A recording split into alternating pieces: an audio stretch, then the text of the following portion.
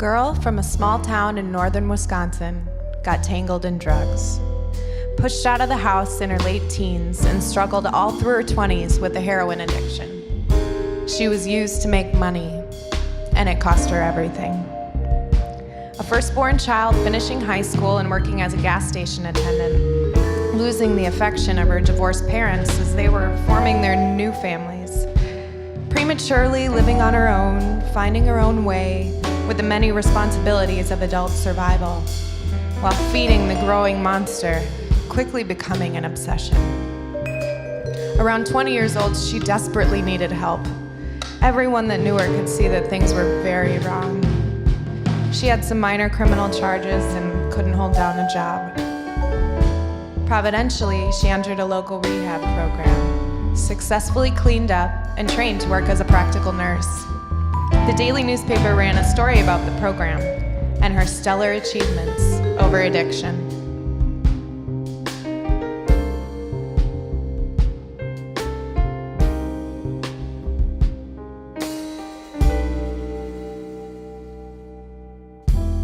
Underneath this fragile frame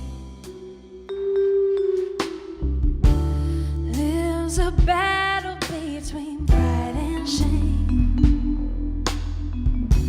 But I've misplaced my sense of pride. This crown of thorns is perched down my spine. Listen closely as I testify. Dependency has been a thief at night. Thief at night.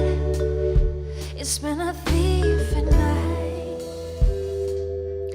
Now a young woman with a permanently altered brain was feeling numb after many months, maybe even a year of the normal life.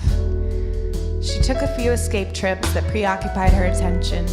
She ran to the greater Chicago area where she could find more acceptance, indulgence, and invisibility.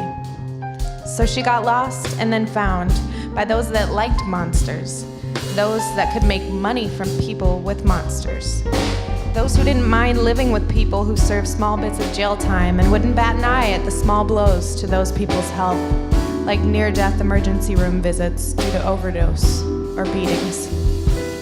A hidden life with no mailing address, no dependable phone number, living with boyfriends and random people, doing odd jobs from tending bar to nothing anyone could really pin down.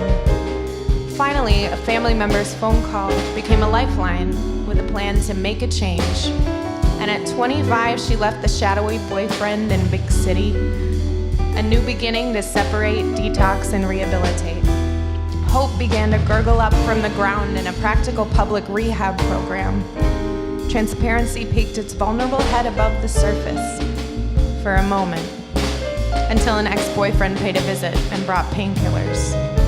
The pattern of her short history could not be broken. It all blended together. Lies could not surface, or loved ones might be broken. The darkness might lash out and hurt those she loved. So at the cost of her own peace, and possibly joy, she would keep holding on to that darkness, continuing the cycle of isolation. It was easier for everyone. And underneath this fragile frame lives a battle between pride and shame. But I've misplaced my sense of pride.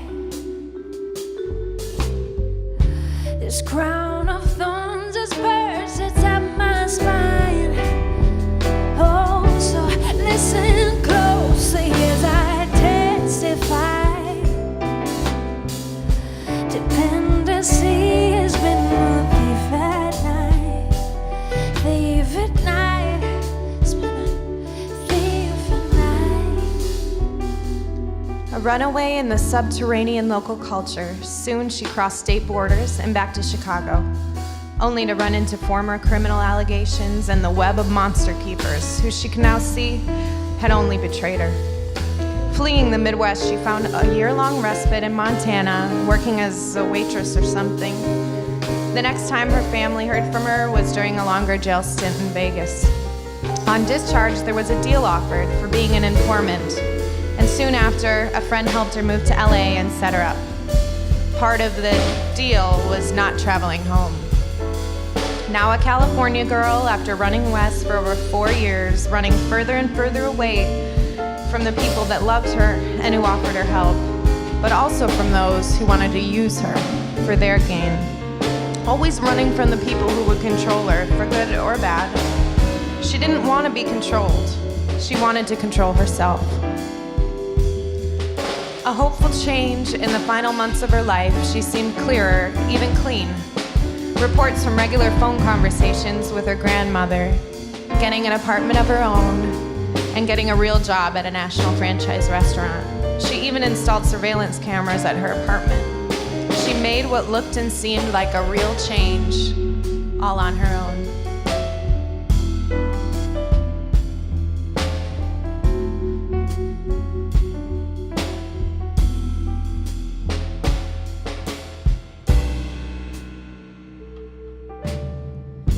But underneath this fragile frame,